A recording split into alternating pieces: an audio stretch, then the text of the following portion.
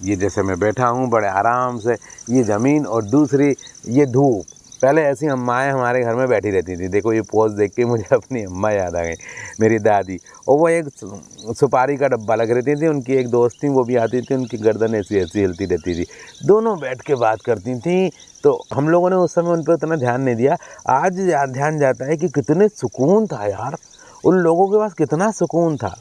कितना अच्छे से वो पीली मिट्टी का एक चबूतरा बना था हमारे यहाँ और उसको लीपती थीं। गाय के गोबर से लीप के उसमें बैठते थे वो लोग दोनों के दोनों, बिना चप्पल पहने और बातें करते रहते थे। शाम 4 बजे, साढ़े 4 बजे यही टाइम है, साढ़े 4, साढ़े 5, अभी 5 बजा है शायद।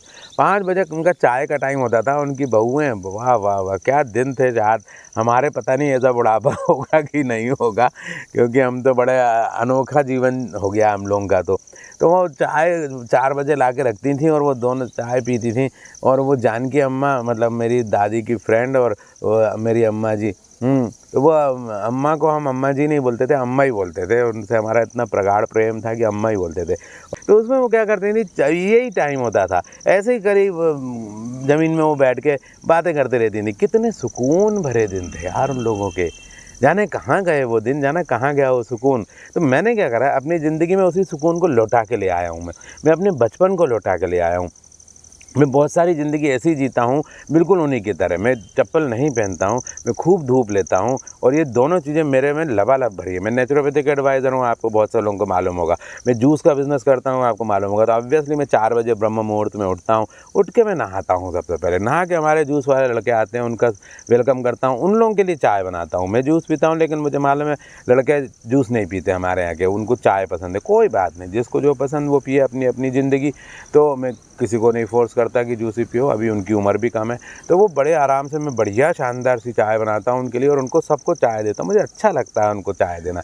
मैं सबको बोलता हूँ कि देखो आराम से जाना है, धीरे जाना है, जूस छूट जाए कोई बात नहीं, ज़िंदगी नहीं लगानी है दाँव पे, ठीक है ना।